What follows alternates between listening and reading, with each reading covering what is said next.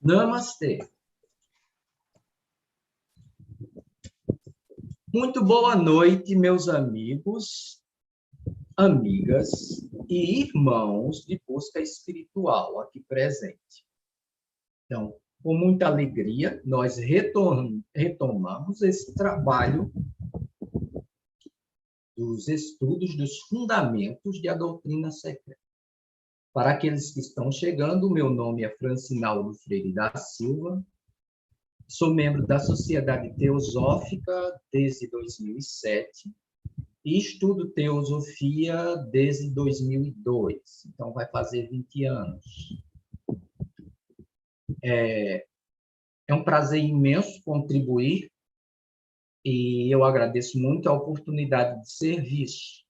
Estou falando desde Campina Grande, na Paraíba, onde estou presidente da loja Sirius, da Sociedade Teosófica, aqui em Campina Grande. A obra que nós estamos usando a fim de fazer nossos estudos é esta, Os Fundamentos de Filosofia Esotérica. Esta obra pode ser obtida no site da editora Teosófica, www.editorialteosófica.com. Vocês podem pedir também o catálogo e ver obras que são citadas durante todo o processo. Eu vou procurar aqui para compartilhar com vocês a versão digital desta obra e nós passaremos por fazer um breve esboço do que foi considerado até agora. Daremos continuidade.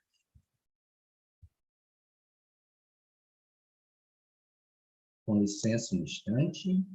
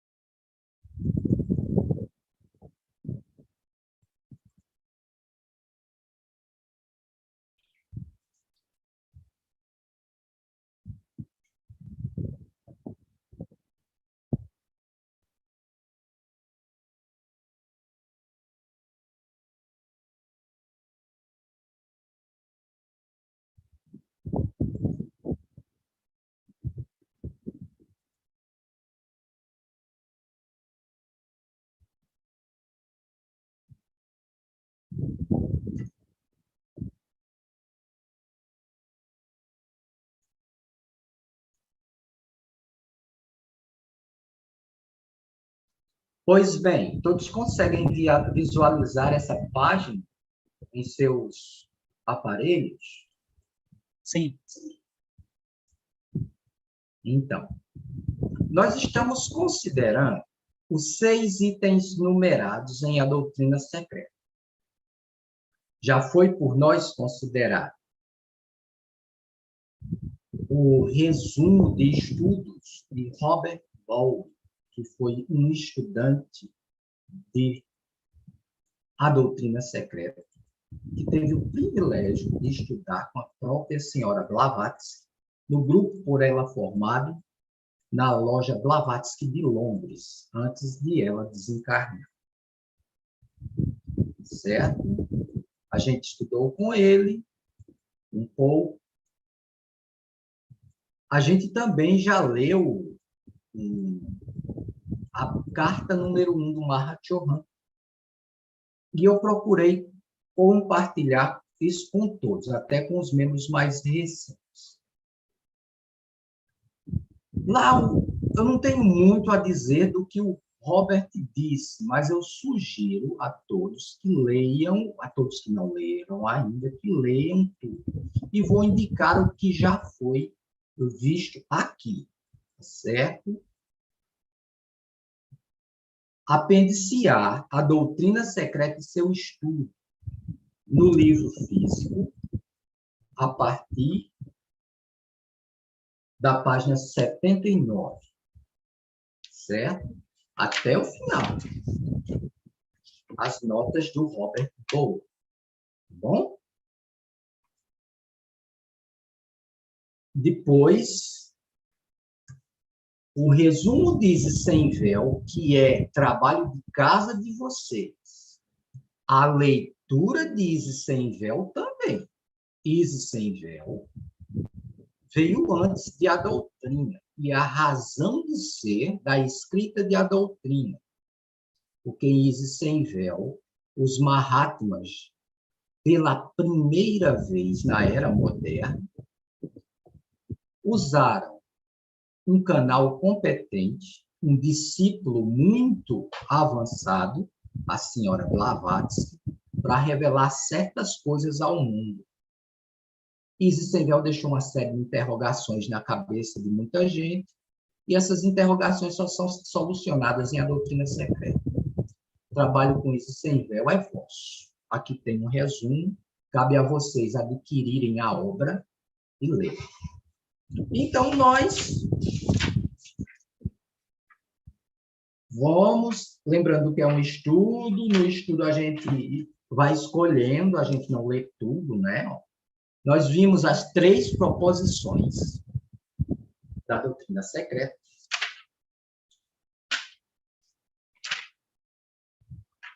Né?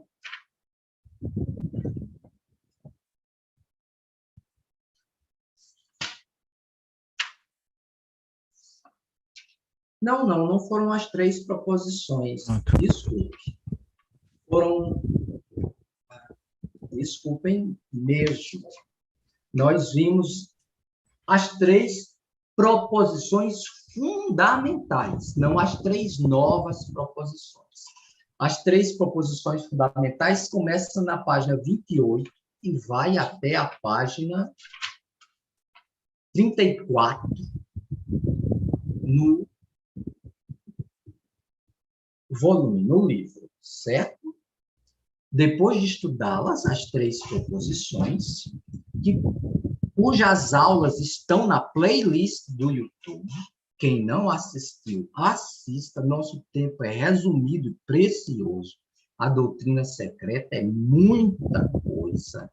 Eu não posso, eu mesmo, revisar muita coisa, não. Eu posso tirar uma dúvida, uma pergunta, assim, muito importante, de interesse para todos. Mas, arregassem as mangas, assistam as playlists, preste atenção à sugestão bibliográfica e estudem. Madame Blavatsky disse que a DS ela não é para mentes indolentes, certo? Afinal de contas, ela não é nem para mente concreta. Ela é para Buddhi, a mente abstrata.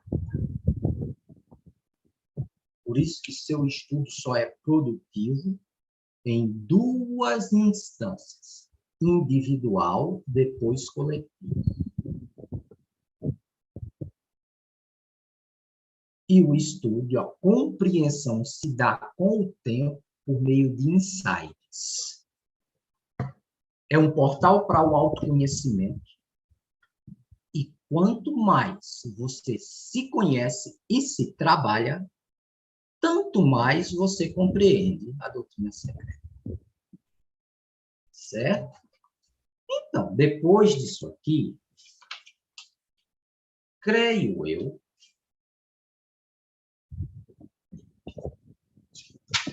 que nós avançamos para a página 35 no livro, os 6 itens numerados. E já vimos o item número 1, certo?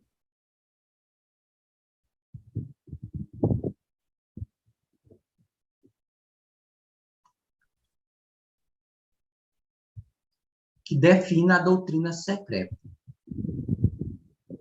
Tá bom? Eu vou abrir um parêntese e vou rever com vocês os itens, tá bom? Porque ficou no caminho, no meio do caminho, foi uma quebra e a gente precisa ressintonizar. Então, deixa eu ir aqui nessa versão digital para o ponto certo.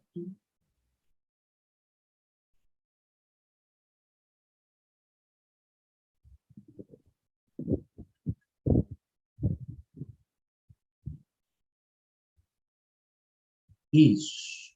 Item número 1. Lá no livro, página 37, depois da introdução. O que é a doutrina secreta?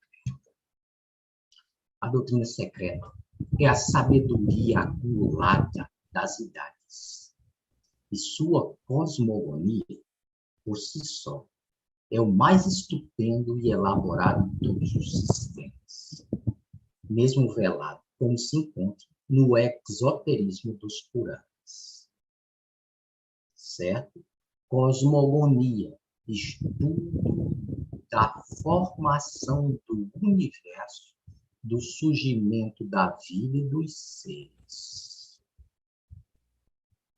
E também dos deuses. Deuses são seres. Seres corpóreos e incorpóreos. Os Puranas, as mais antigas escrituras arianas que se tem notícia. A base de todos os livros que falam dessas coisas. Até mesmo das escrituras hebraicas antigas, que fazem parte do que se chama Bíblia judaico-cristã de hoje. Tem Isis Sem Véu, Madame Blavatsky comprova isso. Certo? Toda sabedoria do Ocidente é oriunda do Oriente e uma das fontes centrais são os Puranas. Tal como é o poder misterioso do simbolismo oculto, que os fatos que ocupam gerações inumeradas, dividentes inumeráveis e profetas iniciados para serem ordenados, registrados e explicados através das desconcertantes séries do progresso evolutivo, se encontram todos registrados em umas poucas páginas de signos geométricos e hieróglifos, a língua dos iniciados, o Senzala. Esta língua precisou ser aprendida por Madame Blavatsky. Ela esteve no pequeno Tibete, onde ela aprendeu essa língua, e ela leu nestes livros, junto com seu mestre, traduziu como pôde para o inglês, e do inglês houve quem traduzisse para a língua portuguesa, e já está sendo retraduzido, porque o que a gente tem na editora Pensamento é um trabalho muito bom, mas está repleto de erros ortográficos. Então, está merecendo uma retradução, já está sendo feita. Agora, veja bem o que é a doutrina secreta. Ela é o acúmulo da sabedoria destes seres, desde as civilizações mais antigas da humanidade. Certo? Isso tudo tem sido preservado. O conhecimento da civilização perdida de Lemúria, que foi a primeira com corpos semelhantes ao nosso, de Atlântida, que o corpo já era igualzinho ao nosso, só que gigante em comparação conosco, 4 a 6 metros de altura, os Atlantes eram, certo? E toda a sabedoria que foi preservada de Atlântida e foi ensinada nos antigos tempos, no Egito, na Babilônia, na Pérsia, na antiga China, no Tibete, na Samotrácia, onde havia os mistérios eleusinos e depois os estudos pitagóricos. A escola eclética, mais tarde, de Amônio Saccas e de Plotin, que deu origem à teosofia na Idade Antiga, todo tipo de conhecimento esotérico fidedigno, certo? Esse conhecimento é oriundo desse manancial de saberes acumulados por estes seres que são regentes da evolução da consciência no planeta Terra. São eles que direcionam a nossa evolução. De certa forma, são nossos pais. Na verdade, são nossos irmãos mais velhos, mas nos tratam como filhos, no sentido de que são nossos mestres. Certo?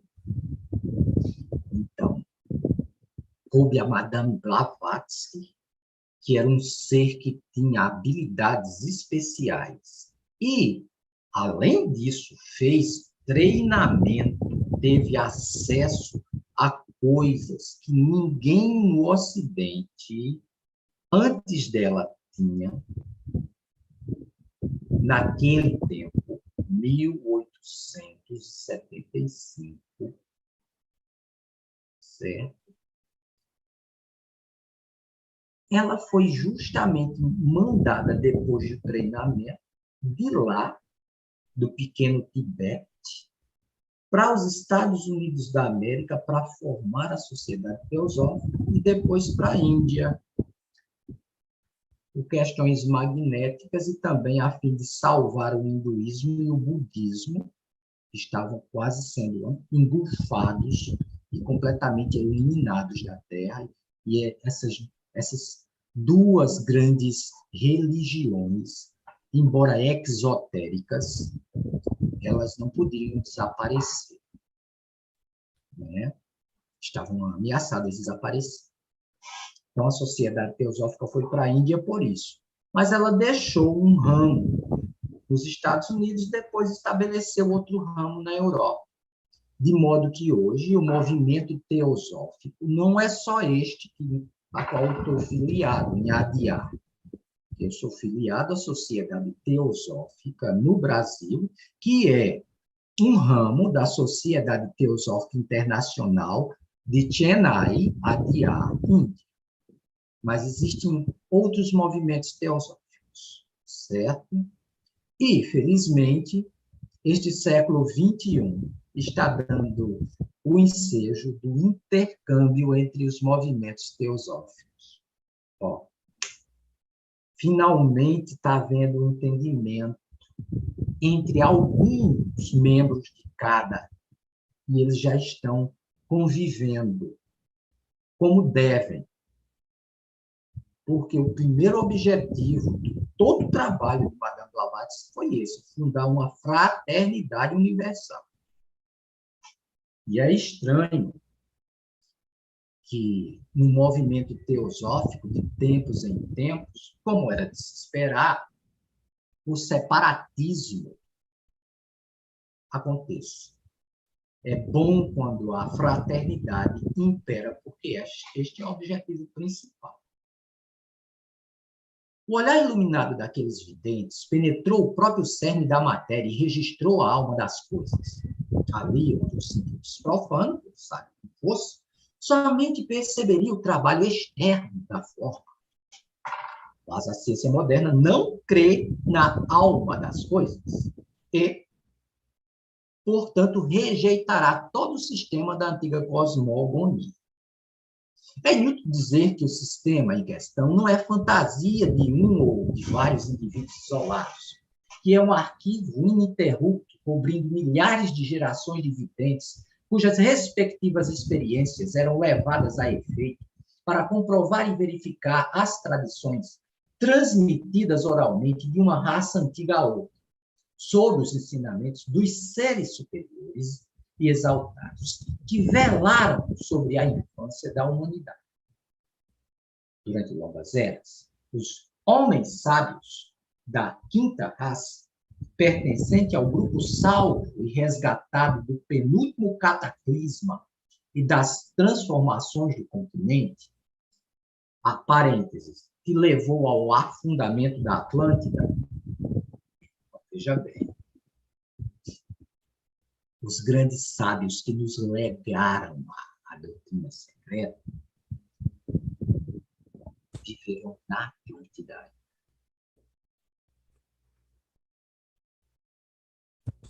Esse conhecimento foi preservado desde a Atlântida. Que durante longas eras, eles, muito bem, passaram suas vidas aprendendo e não ensinando.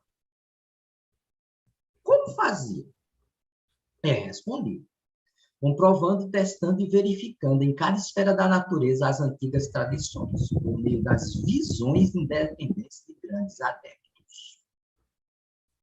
Adepto aqui significa um ser autorrealizado, um ser já liberto da roda de Sansara, um ser que já fez a quinta iniciação e vive totalmente, um adepto, ele vive totalmente no plano superior. Quando ele tem um corpo, ele faz uso do corpo físico. Mas o corpo físico, para ele, é uma limitação imensa, porque ele não precisa mais do corpo físico. Ele vive nas esferas superiores. Mas, uma vez no corpo físico, ele manifesta todas as potencialidades que esse corpo tem. E a visão dele é ampliada. Não se limita a esses dois olhos. Ele tem, no corpo físico, maneira de acessar os seus órgãos astrais e mentais e búdicos e penetrar em todos os domínios da natureza. Não há nada que um adepto não consiga explicar dentro dos limites deste sistema solar. Isso é dito por um adepto, o mestre Kuthumi, em uma de suas cartas escritas ao senhor Alfred Percy Simmet, nos volumes cronológicos das cartas dos Mahatmas para Alfred Percy Simmet. Lá, o Mahatma Kuthumi e o Mahatma Moria responderam perguntas específicas do senhor Simmet e do senhor Alan Octavian Hume sobre questões do universo. Mas quando esses dois senhores perguntaram coisas de para além, muito além do sistema solar, ou coisas sobre as quais não se pode compreender usando nossa mente no estado em que está, os mestres silenciaram, e o mestre Kuthumi disse a ele, baixa a bola aí. Eu sou um adepto, mas a minha compreensão se limita ao sistema solar em questão, seus 7 planos. Sistema solar com seus 7 planos. Para além disso, não me atrevo a dizer nada. E nem tudo posso dizer, porque você não compreenderia. Tem coisas que a gente só vai compreender quando chegar lá. Quando atingirmos um nível de consciência, onde nós teremos mecanismos onde estarão despertos sentidos em corpos nossos, em instâncias de consciência nossa, porque nós somos seres setenários, nós temos aqui, num corpo físico, interpenetrando este corpo físico, existem mais, além desse princípio físico, existem mais 6 princípios, certo? E pelo menos 4 deles são palpáveis, são de matéria que pode ser detectável. O físico e o etérico, muito palpável, às vezes se faz sentir. O astral, para quem é médium de nascença, se faz sentir. O mental se faz sentir por tabela e repercussão no astral e no físico. O búdico se faz sentir por treinamento. Você tem que se treinar. A yoga, um dos objetivos dela é esse, a gente penetrar no búdico. E o átmico? O átmico penetra tudo. Ele é a própria vida. Ele é a própria força motriz de todo o sistema. Num adepto, ele é consciente de todas essas instâncias e elas são operacionais. Nós só conseguiremos entender coisas mais profundas quando as nossas instâncias de consciência estão alinhadas e funcionando plenamente.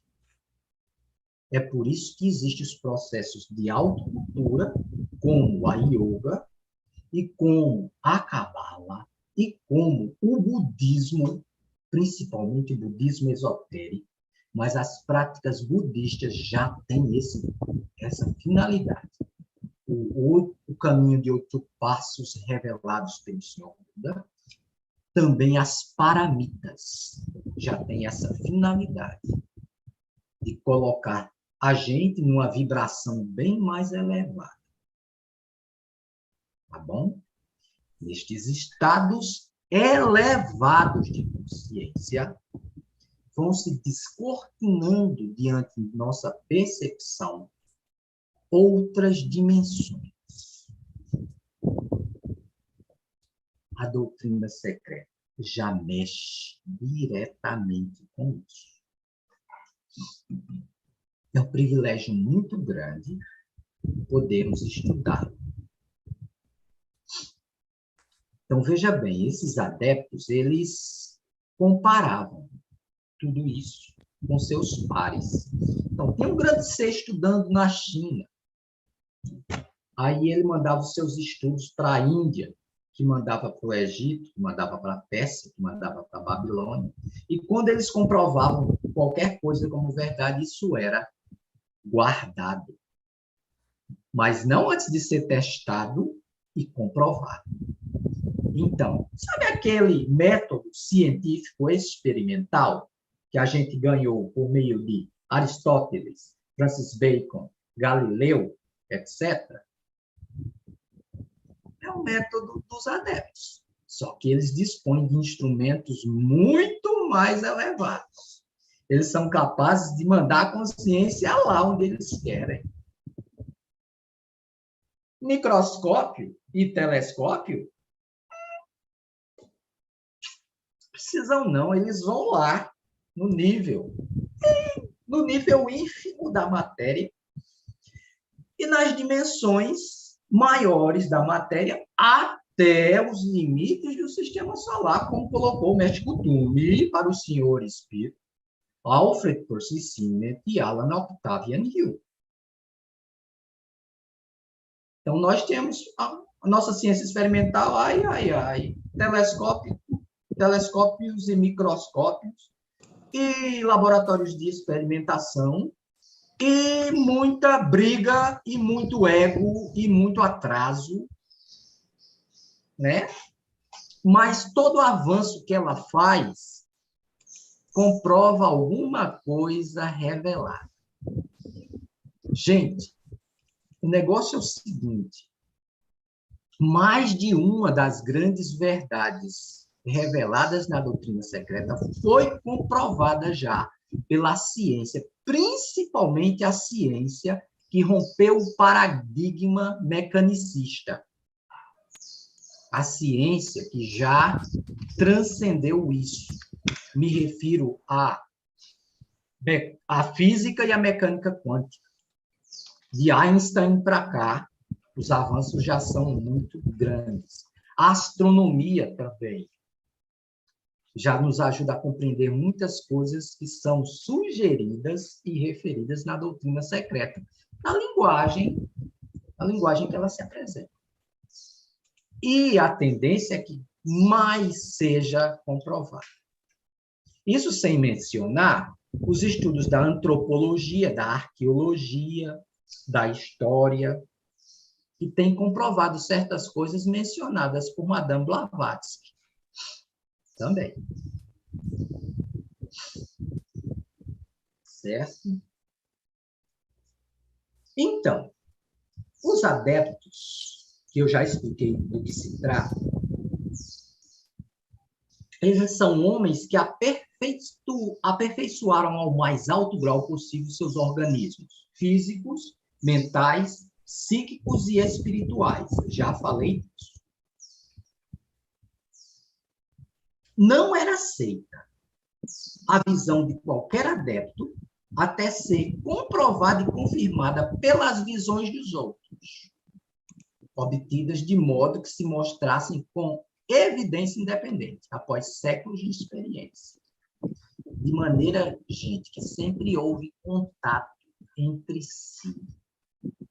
No mais recôndito dos tempos antigos, que no templo de Salomão em Israel, o santo dos santíssimos, entre as classes sacerdotais, quando havia adeptos entre eles, as experiências eram feitas e comunicadas, de alguma maneira, às mesmas instâncias em outros lugares, que as repetiam e confirmavam vice-versa.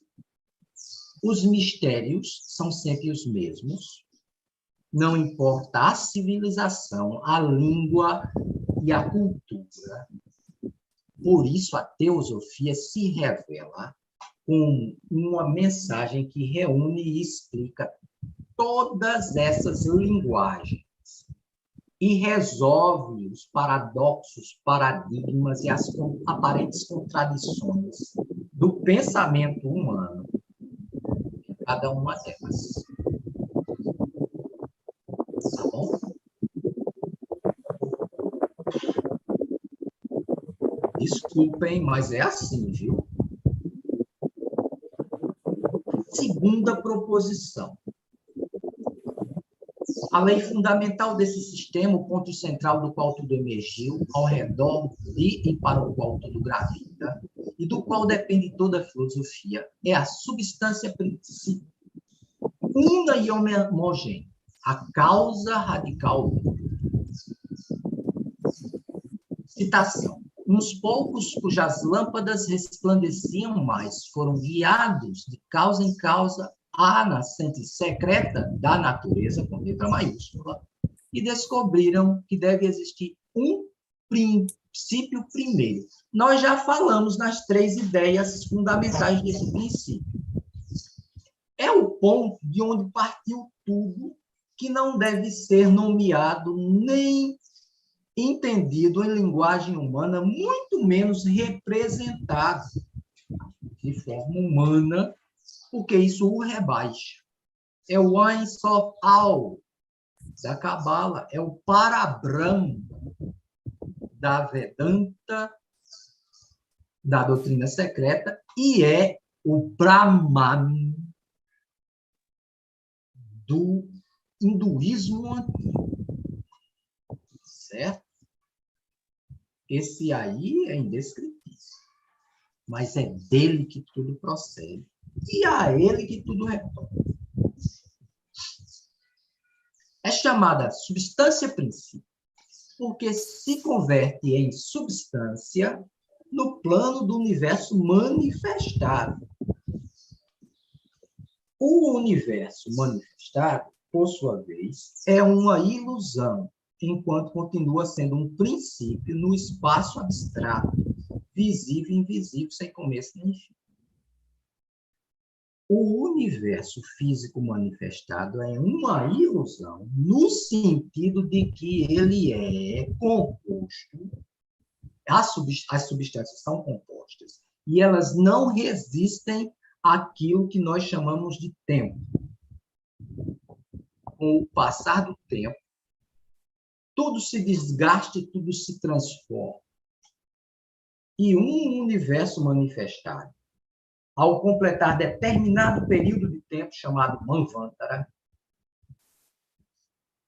se recolhe de novo a um estado enigmático chamado Pralaya.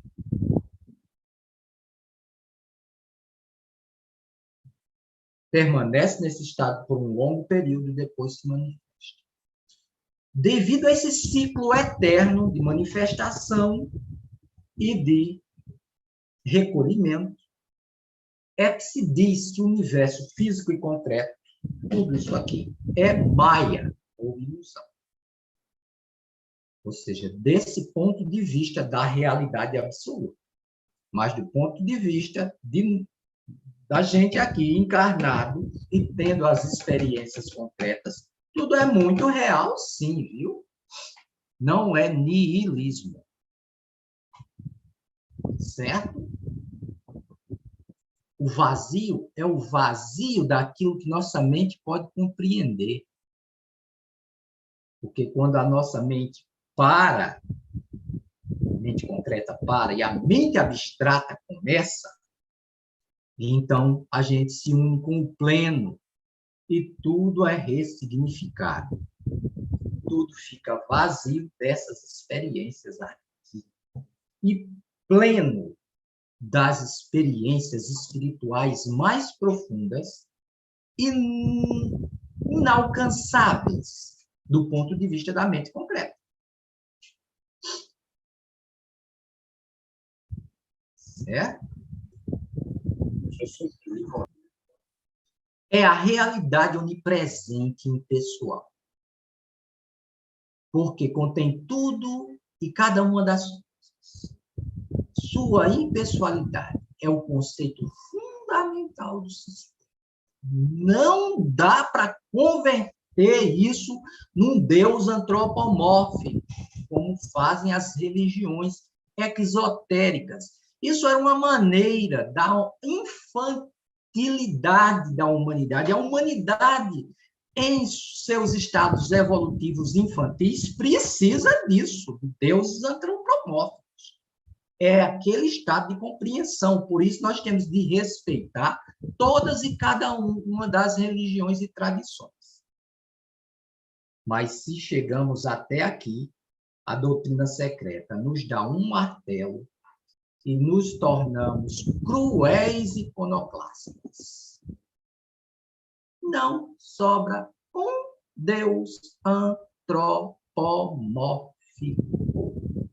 Nem tem espaço para nenhum diabo, assura ou qualquer nome de ser do mal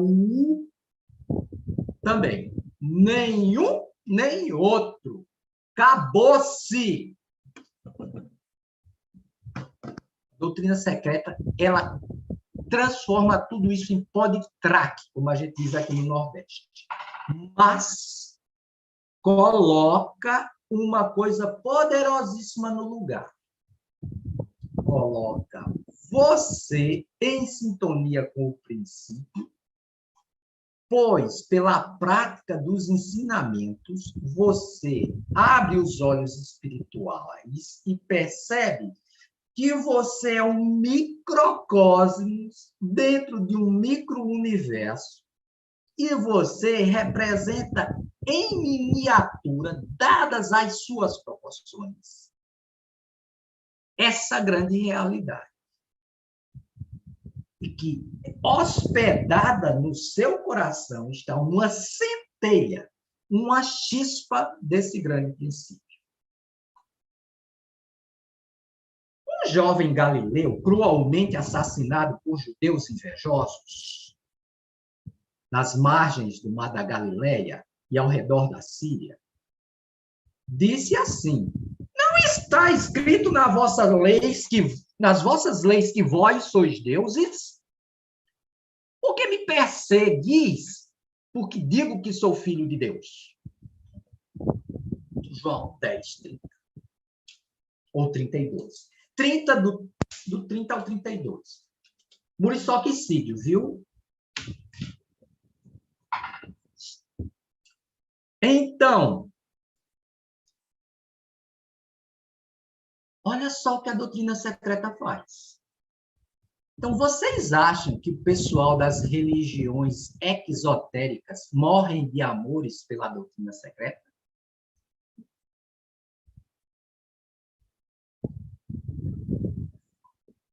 Não. Então, agora entendam o esforço que foi feito para lançar descrédito, calúnia e injúria sobre a pessoa de Helena Petrovna Blavatsky. Certo? Foi o preço que ela pagou. Certo? Mesmo que em 1986, a mesma Sociedade Britânica para a Pesquisa Psíquica tenha revisto o relatório Hodgson, que a condenou, e tenha provado que tal relatório é uma das maiores mentiras, calúnias já inventadas. E que ela não dava para explicar, que a ciência não tem como explicar nem Madame Blavatsky, nem as cartas que apareceram, nem os seres que certamente entraram em contato com ela. O relatório final foi publicado pelo senhor Vernon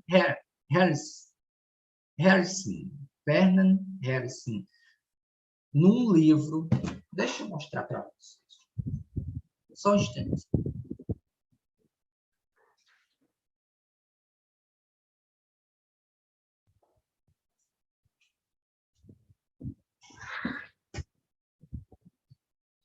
H.P. Blavatsky e a Sociedade para Pesquisas Psíquicas. Retratação a Blavatsky sobre as cartas dos Mahatmas. Vernon Harrison, Ph.D. Ele é da Sociedade de Pesquisas Psíquicas Modernas. Isso aqui saiu em 1986, do século passado, desmentindo o trabalho feito pelo Sr. Hodgson, lá em 1886, que ensejou toda a sorte de calúnia a respeito da senhora Blavatsky, disponível pela editora Teosófica. Ok? Anotaram? Depois fotografo e coloco no... Certo? Voltando.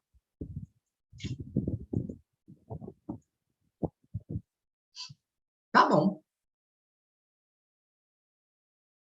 Então, o primeiro princípio é que a doutrina secreta é uma coisa científica, mas é ciência dos adeptos. O segundo princípio é que ela revela e está ligada àquele princípio já mencionado. Ou seja, é uma coisa que veio de lá para despertar nossa mente. O terceiro, o universo é a manifestação periódica desta essência absoluta desconhecida. Chamá-la essência é, no entanto, pecar contra o próprio espírito da filosofia. Porque, embora o nome possa ser derivado, neste caso, do verbo esse, ser, aquilo não pode identificar-se com um ser de nenhuma espécie concebido pelo intelecto humano. Me desculpem, mas peguem Shiva, Brahma e Vishnu, peguem o martelo e bum, pode quebrar os três. Com todo respeito, peguem Jeová, que está na esfera divina também, e pode quebrar Jeová em pedacinhos. Só falando dessas duas tradições. Por ressonância e necessariamente, peguem o Pai, o Filho e o Espírito Santo. E pode quebrar. Não sobra nada. São símbolos, são símiles, são alegorias de coisas que nossa mente ainda não consegue compreender. Então, na infância da humanidade, porque a nossa mente ela está em evolução, se nós temos acesso à doutrina secreta hoje, é porque coisas intangíveis já acontecem. Veja, a eletricidade. Veja esse processo de comunicação que nós estamos tendo aqui. Eu estou falando de Campina Grande, na Paraíba, a vocês espalhados no Brasil inteiro. Por ondas eletromagnéticas invisíveis. Ah, então nessa civilização é mais fácil compreender o intangível? Certamente. Então, essa mentalidade aqui já pode penetrar com mais certeza neste lugar onde aquilo existe. Sim. Sem precisar transformar aquilo em um ser. De qualquer forma. Tá bom? Aquilo é melhor descrito não como sendo espírito ou matéria, mas ambas as coisas de uma vez só. Ou seja, pegue aquilo que chamam de espírito, pegue aquilo de matéria e amalgame numa coisa só, como uma moeda. Num lado da moeda é espírito, do outro lado da moeda é matéria, mas é uma coisa só. Para Brahman e Mula Prakriti, que são palavras explicadas em A Doutrina Secreta. E lembram do glossário teosófico já mencionado, tarefa de casa. Fiquem à vontade para pesquisar esses termos. Não esperem que Francinaldo vai explicar. Agora, não. Só quando chegar o ensejo deles aparecerem. Tá bom? Ah, mas eu estou ansioso. Corra lá. Glossário teosófico, editora Ground, para Brahman, letra P, Mula Prakriti, letra M. São uma realidade, é uma coisa só, se bem que sejam dois no conceito universal do manifestar. Inclusive no conceito do Logos um, sua primeira manifestação, na qual aquilo surge do ponto de vista objetivo como Mula Prakriti, e não como para Brahman, como seu véu, e não como a realidade nuna oculta por trás, a qual é incondicional e absoluta. Para não ficar muito enigmático, eu posso dizer que Parabrahman é um nome dessa essência imponderável, um nome daquilo. E Mula Prakriti é o nome do que a gente chama matéria, mas matéria a partir do intangível até o tangível. Levando em conta que a matéria, veja bem, os gases são invisíveis e são matéria. Quem é que duvida da existência dos gases? Tá bom, deixa o gás da tua casa aberto e vai dormir, tá bom? Aí tu vai chegar no campo do intangível e tu vai ver a realidade, de cara a cara. Agora, cuidado, porque se tu não estiver levando uma vida legalzinha, vai ser difícil. O começo do túnel fica difícil. Brincadeirinha, gente. Mula Prakriti é desde a matéria física dura e concreta, nos nossos corpos, até a matéria mais rarefeita. E para Brahman é aquela grande realidade, aquilo, o princípio inominável, Ein Sof Al, na Kabbalah. Certo? Portanto, chegamos no item número 4.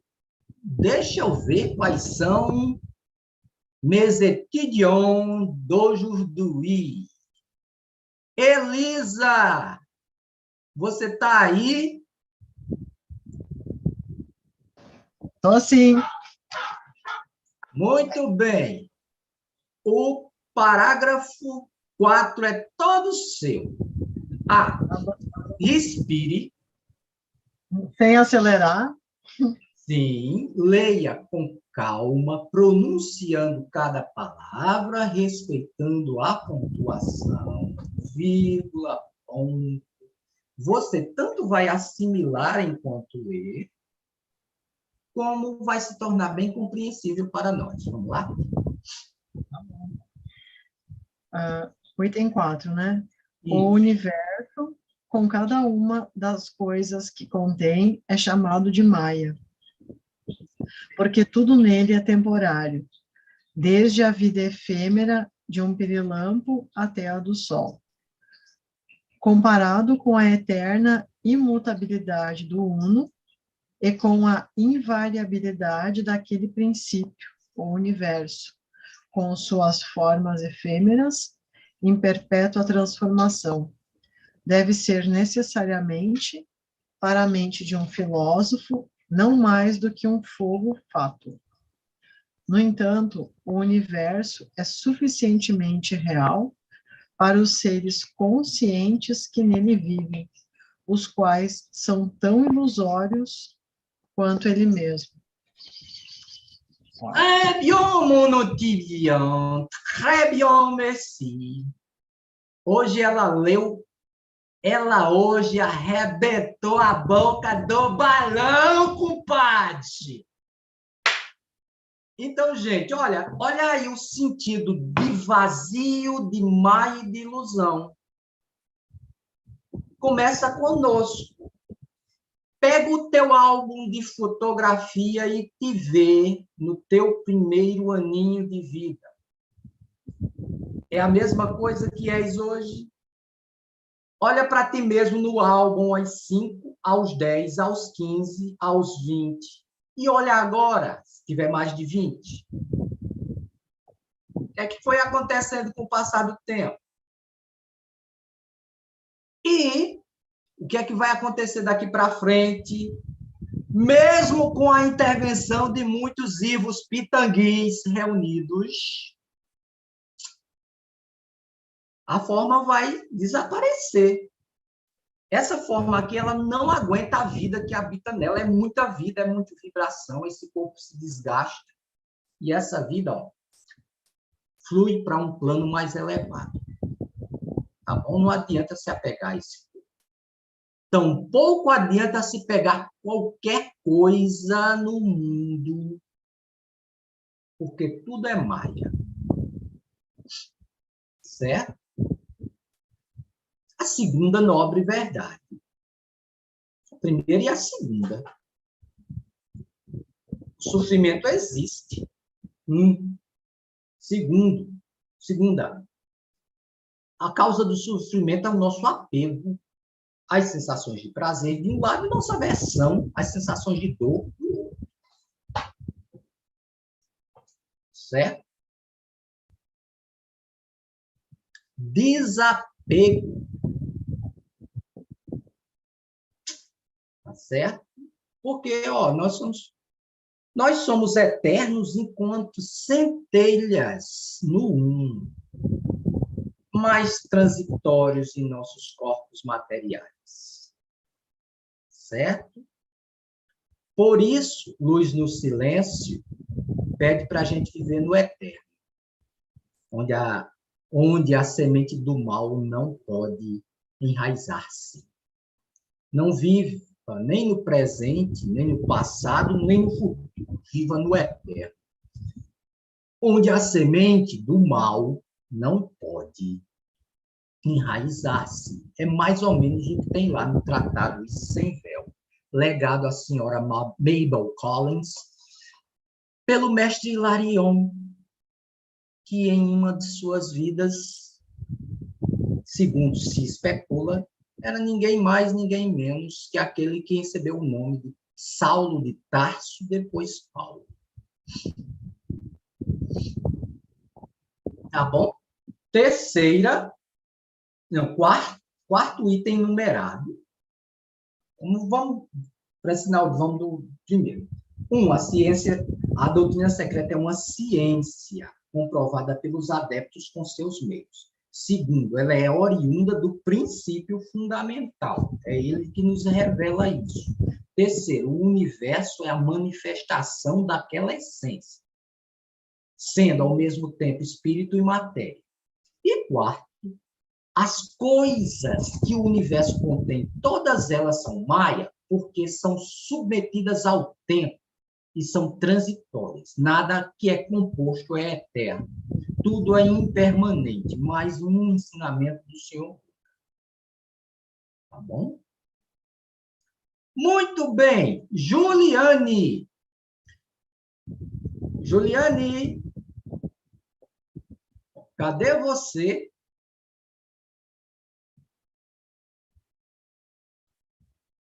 Juliane Tiel. Tá aí?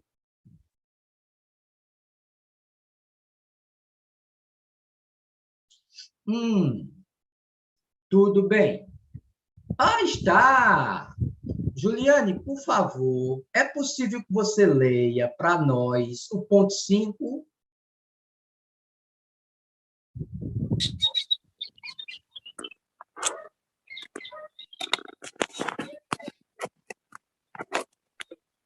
Posso ler, Francinaldo? Sim. Sim. Sim, leia. Tá. Cada uma das coisas no universo, em todos os seus reinos, é consciente, ou seja, é dotada de uma consciência de um tipo próprio e em seu próprio plano de percepção. Nós, humanos, devemos nos lembrar que somente porque nós mesmos não percebemos qualquer sinal de consciência nas pedras, por exemplo, nem por isso temos o direito de dizer que não existe nenhuma consciência nelas. Não existe tal coisa como matéria morta ou cega, como tampouco existe lei cega ou inconsciente. Tais ideias não encontram lugar entre os conceitos da filosofia oculta. Estas jamais se detêm ante aparências superficiais, e para ela possuem mais realidade as essências numênicas. Numênicas. Númeno é a contraparte do fenômeno. Númeno está no reino das ideias abstratas. Fenômeno está no plano físico e concreto. Certo? Continue. Nas essências numênicas do que suas contrapartes objetivas. Nisso se parece com o sistema dos nominalistas medievais, para quem as universais eram as realidades e as particulares existiam somente nominalmente e na imaginação humana. Certo. Conceito platônico. Platão herdou de Sócrates, né? As coisas reais estão no plano das ideias. E do plano das ideias nascem as coisas objetivas que se concretizam no mundo físico. Sócrates, por sua vez, aprendeu de uma tradição muito longa que vai chegar lá na Tábua de Esmeralda e nos ensinos de Hermes Trismegistus, cujo primeiro parágrafo da Tábua de Esmeralda é: o universo é mental. Ou seja, tudo começa na mente universal. E tudo que existe, existe como a gente percebe através de nossa mente. A nossa mente traduz em imagens para a nossa percepção, de maneira que as coisas não são exatamente aquilo que a gente vê. E aquilo para o que nós escolhemos nomes. Neste universo, as coisas densas também são dotadas de consciência e a vida nelas, mas em estado de latência, em movimento muito lento e imperceptível dos elétrons. Faz com que a gente tenha uma percepção delas como uma coisa concreta e, para nós, inanimada. mas a doutrina secreta não admite matéria morta nem lei certa. Eita, Francinaldo, que coisa difícil. Tá bom, tá bom. Vamos pegar aqui um mingauzinho para melhorar esse ponto.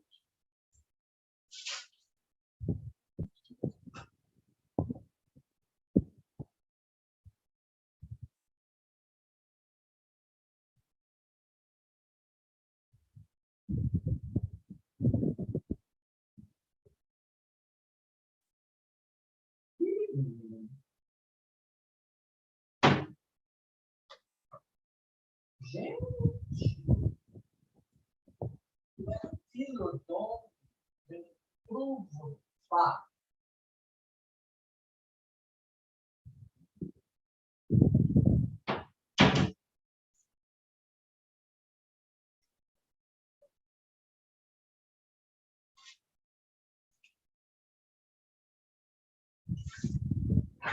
Gente, não sei onde se encontra, não vou perder tempo, vou escrever no chat o nome da obra. Licença. Também disponível pela editora Teosófica, um estudo sobre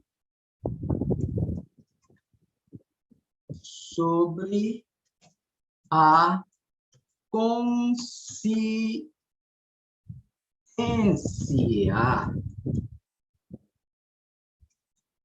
da senhora Annie Wood Besant. Ela dá exemplos de experiências feitas que comprovam a existência de vida em matéria. E explica que consciência e vida são sinônimos e que o conceito de vida, como nós compreendemos, é limitado. Certo? A doutrina secreta expande. E a gente só entende algumas coisas que a doutrina secreta ensina quanto à nossa formação e desenvolvimento enquanto humanidade, se tivermos isso em mente. A doutrina secreta fala de uma evolução que começa do incorpóreo até o mais denso e depois do mais denso para o incorpóreo. Ou seja, a gente passa por estágios de pedra, né? A vida que está em nós já esteve dentro de pedras. Né? Certo? Um estudo sobre a consciência, doutora Annie Wood Besant, ok? Vai esclarecer melhor o ponto 5. O ponto 6 eu faço questão.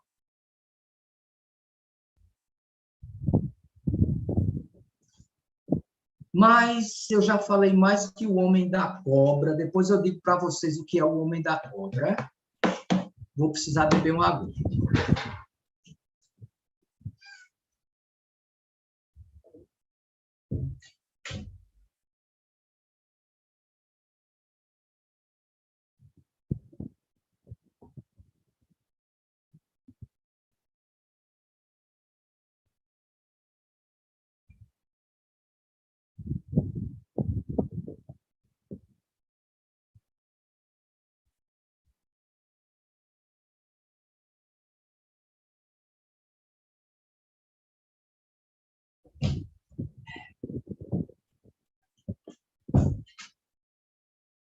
Presta atenção que lá vem bomba.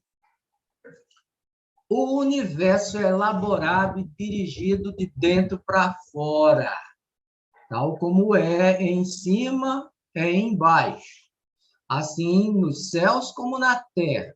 E o homem, microcosmo, e cópia em miniatura do macrocosmo, é o testemunho vivo desta lei universal e de seu modo de funcionamento. Mais um axioma da pedra de esmeralda, da tábua de esmeralda de Hermes. Tá aí o princípio. Assim como é em cima, também é embaixo. Então, o homem é o micro do macro. Compreendendo você mesmo, você compreenderá o universo. É dito que no antigo templo, lá de Delfos, na parte exterior, tem assim escrito: homem, conhece-te a ti mesmo.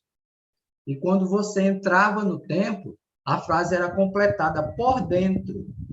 E conhecerás o universo, conhecerás os deuses.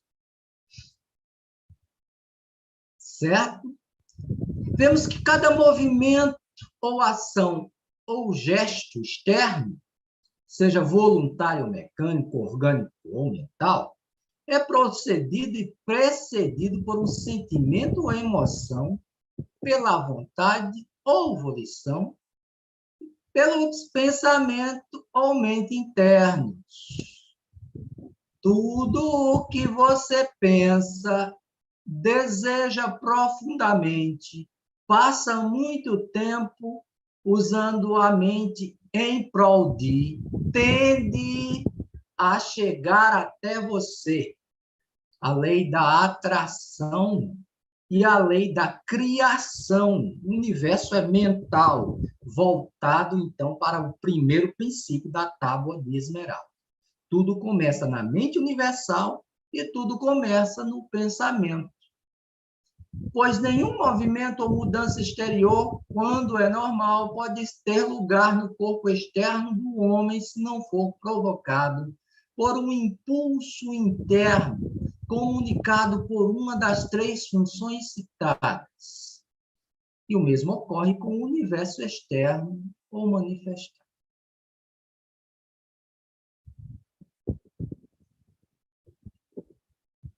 Todo o cosmos é dirigido, controlado e animado por séries quase intermináveis de hierarquias de seres sencientes. Então, imagine uma hierarquia inumerável de inteligências que criaram coletivamente, dirigiram e controlam o universo e coordenam a nossa evolução. Tendo cada um deles uma missão a cumprir, os quais, chame-os por um nome ou outro, de anti-orrãs ou anjos, são mensageiros no sentido único de serem agentes das leis kármicas e cósmicas. Então, eles obedecem a leis cósmicas, leis universais inflexíveis. Eles são a plena manifestação dessas leis. Eles não aceitam faz-me rir. Eles não aceitam suborno. Eles realizam a lei. Variam infinitamente em seus respectivos graus de consciência e inteligência. E chamá-los todos de espíritos puros, sem qualquer influência terrena, abre aspas, que o tempo de costume transformará a empresa, fecha aspas, é somente uma licença poética. Pois cada um destes seres ou foi, ou se prepara em converter-se em um homem, se não no presente ciclo ou mantra, em um dos passados ou futuros. Então, já foram homens como nós, em planetas muito semelhantes à Terra, em ervos de tempo lá atrás, ou então, em ervos de tempo lá na frente, se tornarão homens como nós. Por isso, é licença poética conceber uma coisa como espírito puro, no sentido de nunca tocado pela matéria. Eles evoluem dentro da matéria.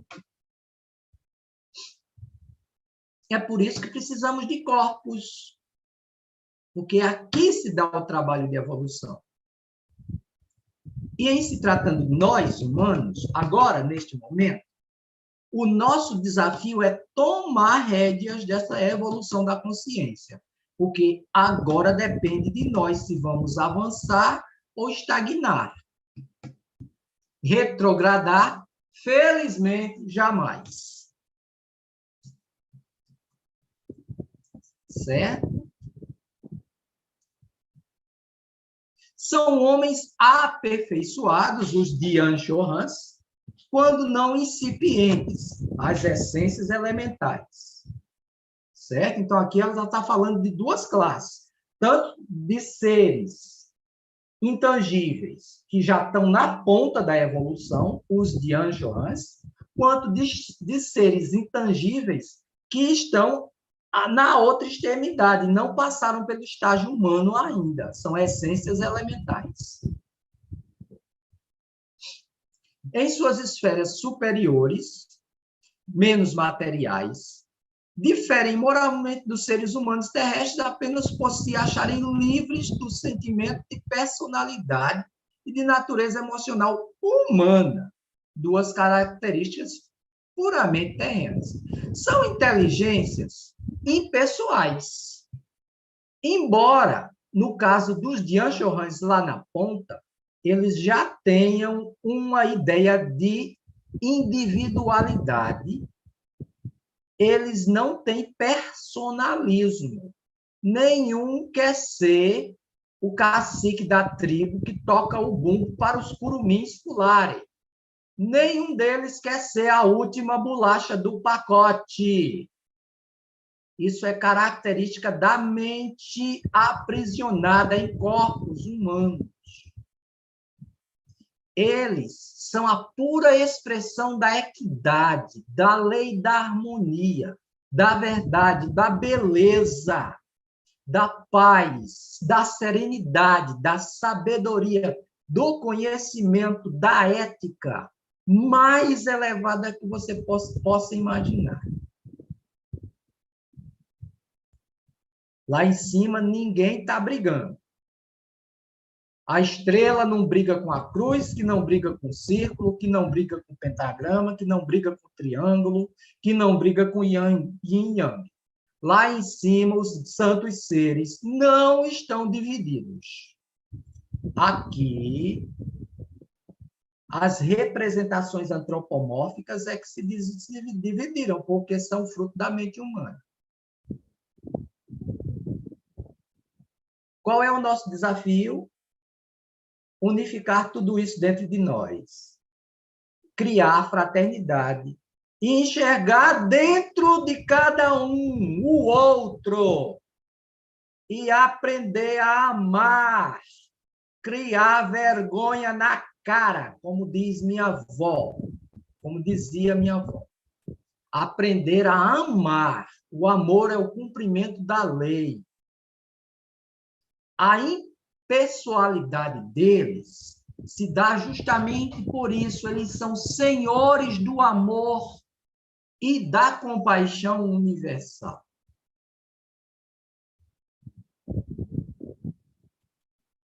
Então, é por isso que tem que haver uma fraternidade de homens e de anjos e de todos os seres. E é por isso que ou a gente aprende a se tornar fraterno, ou a gente perece. E a derrocada de todas as grandes civilizações se deu e se dará por conta da ausência do princípio da fraternidade. Quando a gente aprende esse princípio, a gente se torna eterno junto com ele. Os primeiros, os aperfeiçoados, liberaram-se destes sentimentos porque, a, já não possuem corpos carnais, uma carga sempre entorpecedora para a alma, e, b, com o elemento espiritual puro, mais livre, não encontrando obstáculos, eles são menos influenciados por Maya do que o homem, a menos que este seja um adepto e conservem suas personalidades, a espiritual e física, separadas por completo.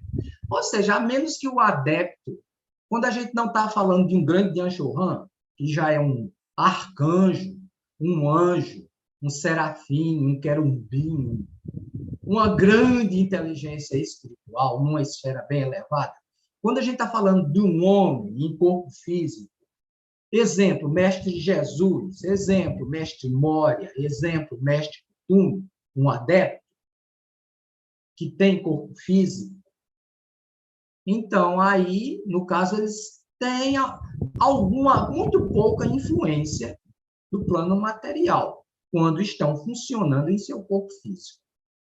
Mas, uma vez que eles fixem suas consciências nos princípios espirituais, que eles já dominam, pronto. Lá eles estão no reino da unidade. As monas incipientes, mesma coisa que essências elementais astrais, minerais, vegetais e animais. Não havendo ainda possuído corpos humanos, não podem ter nenhum sentimento de personalidade ou de egoísmo, sendo o que se pretende significar por personalidade uma limitação em uma relação, ou como definiu Coleridge, a individualidade existente em si mesma, mas com uma natureza como base. A palavra não pode aplicar-se naturalmente às entidades não humanas, mas como um fato sobre o qual existem gerações de videntes. Nenhum destes seres, elevados ou pequenos, possui individualidade ou personalidades como entidades separadas, no sentido, por exemplo, em que o homem diz: eu sou eu e ninguém mais. Em outras palavras, não tem consciência de tão manifesta separação quanto a que existe na Terra entre os homens e entre as coisas. Então, eles são integrais, eles não são separados como nós. Não existe separatividade. Não existe a grande heresia ou avídia, a ilusão da separatividade. A individualidade é característica de suas respectivas hierarquias e não de suas unidades. E estas características variam com o grau do plano a que tais hierarquias pertencem. Quanto mais próximo está da região da homogeneidade e do uno divino, tanto mais pura e menos acentuada será a individualidade daquela hierarquia. Na Cabala, são numerados 10 instâncias ou emanações dessas hierarquias. Em cada uma daquelas esferas, de baixo para cima, certo? Quanto mais baixo, mais intenso sentido de individualidade. Quanto mais acima da árvore sefirotal, menos a individualidade é sentida. Então, se você pegar a árvore cabalística sefirotal e colocar essa declaração, você a entende. Certo? Quanto mais perto ali de Ein Sof Al, menos individualidade. Quanto mais perto de Malkuth, a 10ª esfera, mais acentuada a individualidade. E dentro de Malkuth, o mundo físico, a gente vai encontrar personalidades dentro de corpos, ou seja, vermezinhos que habitam o planeta Terra, os homens. Nós somos simplesmente lombriguinhas desse planeta.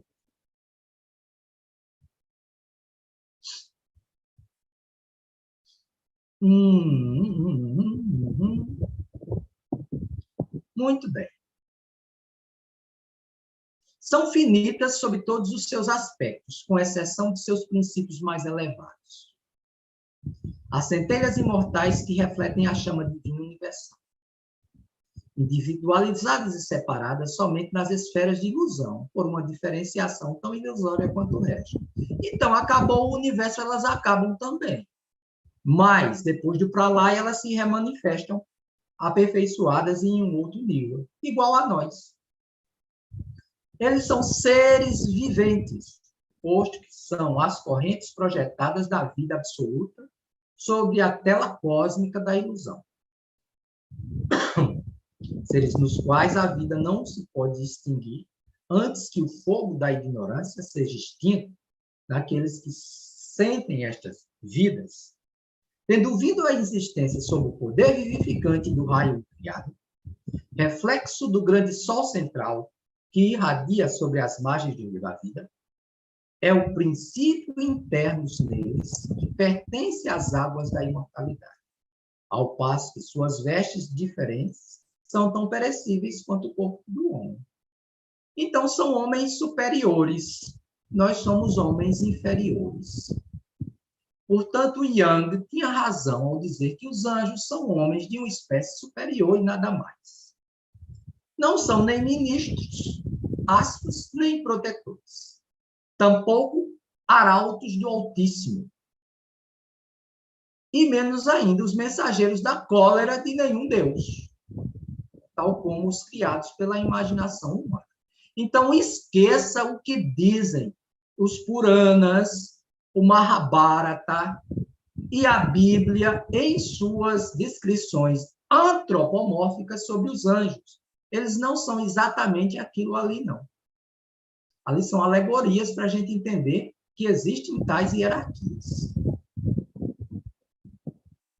Apelar para a sua proteção é uma insensatez tão grande quanto supor que se pode assegurar sua simpatia graças a qualquer tipo de propiciação.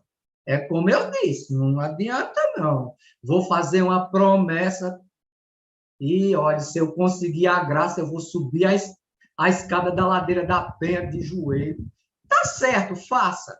Mas, ao fazer, você, se conseguir o milagre, entre aspas, tal milagre, entre aspas, será uma manifestação do seu poder interno, não de nada externo a si. Certo? Porque na nossa incapacidade, mais uma vez, na infância da humanidade, é preciso concretizar as coisas, e daí surgem as tradições e as religiões com seus sacrifícios, oblações, santos, anjos, arcanjos, etc. E as superstições que fazem com que as pessoas façam oblações, sacrifícios, oferendas, orações.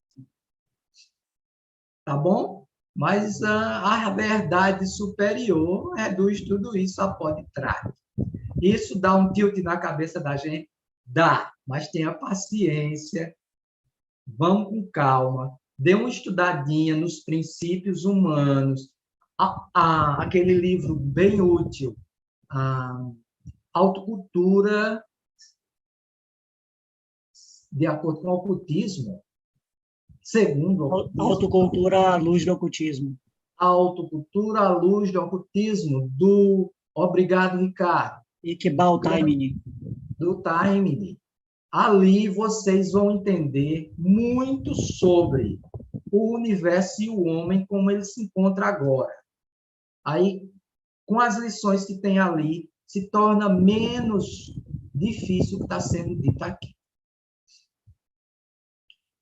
Veja bem, por que os anjos não podem viver socorrendo a gente? Porque eles, tanto quanto o homem, são escravos e criaturas da imutável lei kármica e cósmica. Eles não podem, gente, intervir no karma a fim de salvar a gente das nossas próprias ações. Tudo que a gente faz, a gente tem que sentir o retorno. A razão disso é evidente. Não possuindo qualquer elemento de personalidade em sua essência, não podem estar dotados de quaisquer qualidades pessoais, tais como as que os homens, em suas religiões exotéricas, religiões, tradições, castas sacerdotais, eclesiásticas, templos, cerimônias, oblações, procissões, etc., atribuem a seu Deus antropomórfico. Um Deus, no caso de quem cultua Shiva e Jeová, por exemplo, um Deus ciumento e exclusivista que se regozija e se encoleriza, ou seja, fica alegre e fica com raiva, que se compraz com sacrifício e que é mais despótico em sua vaidade do que qualquer homem tolo e finito. Pegue Jeová no Velho Testamento. Gente, o que é aquilo? Oxi! Minha gente! E olhe que eu já tive a infelicidade de querer ser testemunha daquele sujeito. Mas de jeito nenhum!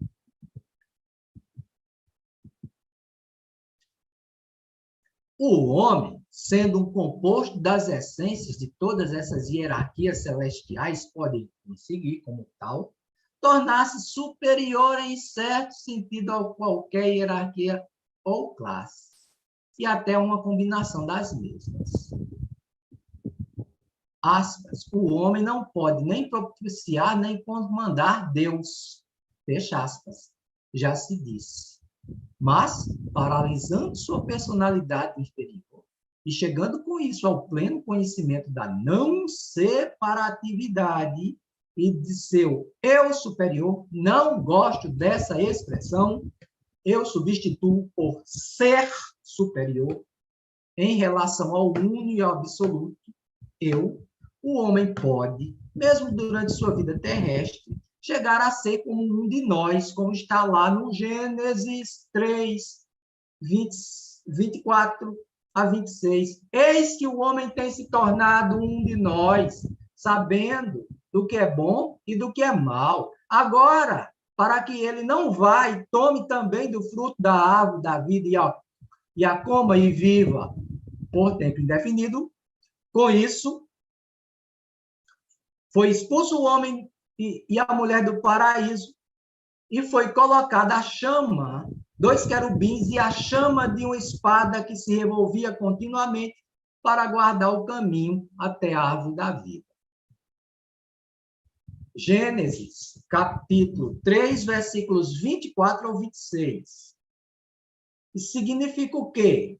Que quando a gente se separou como espécie humana sexualmente diferenciada, a gente ganhou a mente, a serpente, a mente, os senhores da mente, os manas apultras, vieram e entraram nas formas humanas. E a partir daí, a gente agora é que tem que descobrir o caminho para a árvore da vida. Porque finalmente nós nos tornamos deuses, aspas, no sentido de que somos co-criadores do universo, porque agora nós somos dotados de mente. Nós temos consciência e autoconsciência. Mais uma vez, Annie Besant, um estudo sobre a consciência, vai esclarecer muito isso. Assim, é alimentando-se do fruto do saber que se dissipa a ignorância, e o homem se torna como um dos Elohim, ou de Anis, e uma vez no plano deles, o espírito de solidariedade e de harmonia perfeita que reina em cada hierarquia, necessariamente se estende sobre ele e o protege em todos os sentidos. Respirou? Chegamos às 8 horas, deixa eu ver quanto falta para terminar.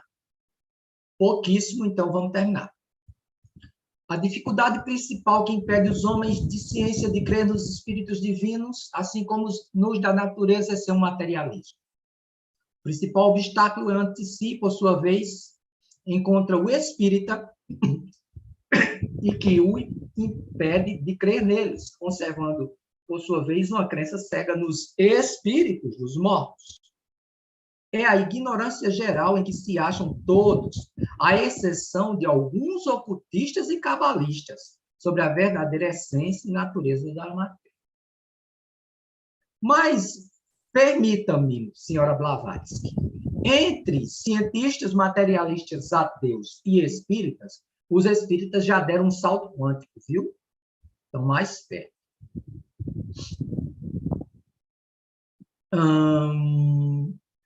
É na aceitação ou rejeição da teoria da unidade de tudo na natureza, em sua última essência, que principalmente se apoia a crença ou incredulidade na existência de outros seres conscientes em torno de nós, além dos espíritos dos mortos.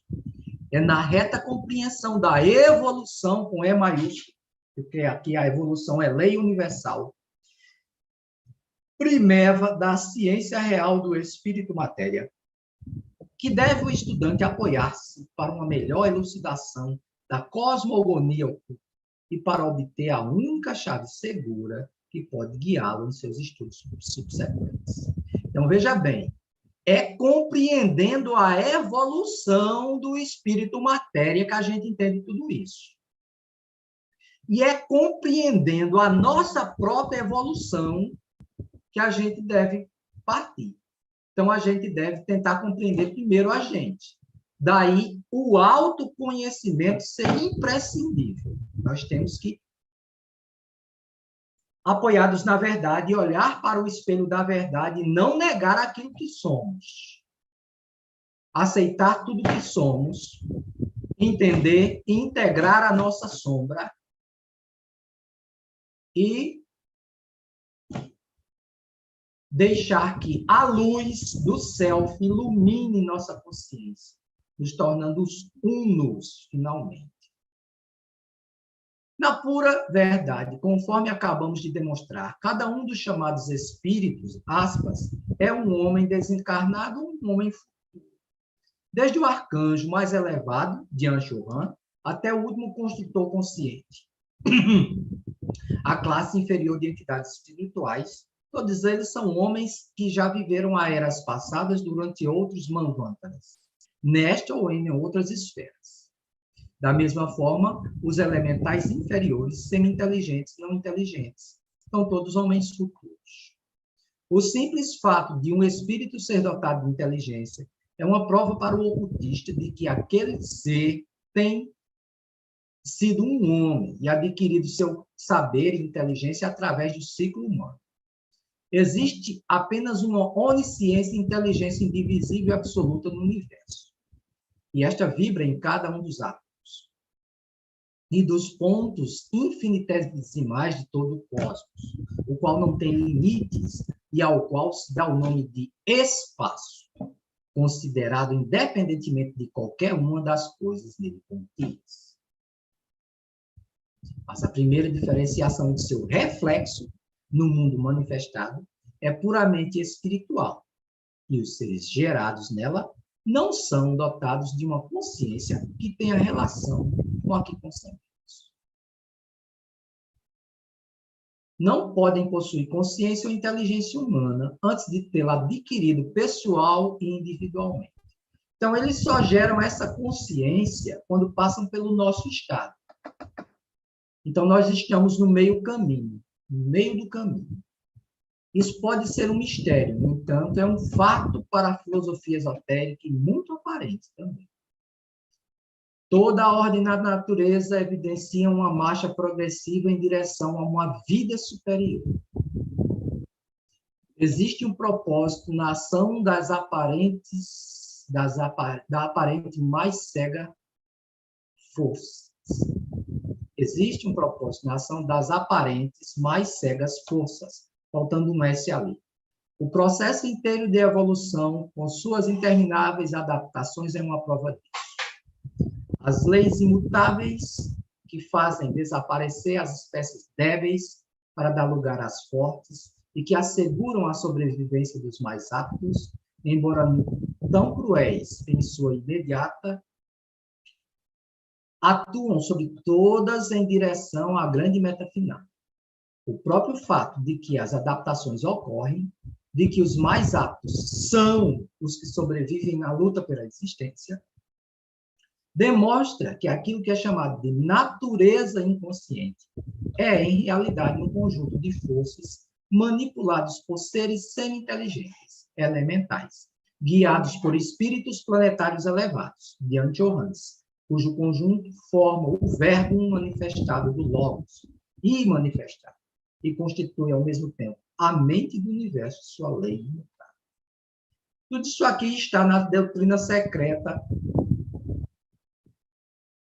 volume 1 em inglês, da página 272 a 278, volume 1 em português, da página 366, não, da volume 1 da Editora Pensamento, da página 304 a 308.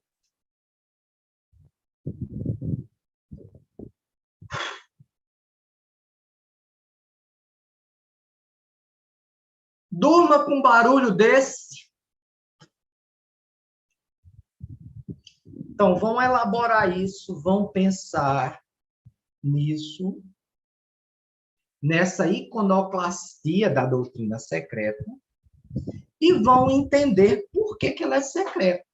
Não se pode destruir a marreta, todos esses credos, deuses, e reconstruí-los dessa forma, sem o perigo do materialismo animal, irracional. Não se pode tirá-los. Respeitamos todas as religiões e tradições. O direito das pessoas que não evoluíram ainda até esse ponto de continuarem com seus sacrifícios, oferendas, promessas, anjos, e demônios e tudo. Tudo está certo da maneira que elas concebem e é o que elas precisam para a sua evolução. Mas no estado em que estamos como buscadores, agora chegou a hora da gente abrir o olhinho e deixar todas essas muletas psicológicas de lado e encarar a verdade. Tudo que a gente procurava nas religiões, fora de nós, deve ser buscado agora dentro de nós. Muito obrigado por hoje a todos. Infelizmente, o tempo não nos permite, aqui e agora, discussão. Então, dirijam-se, por favor, ao grupo, depois que vocês descansarem um pouquinho a cabeça, que está fervilhando, e coloquem questionamentos que, durante a semana, a gente vai, eu e os universitários, a gente vai tentando elucidar, tá certo? Lá no grupo do WhatsApp. Meu irmão Daniel Lira, por favor,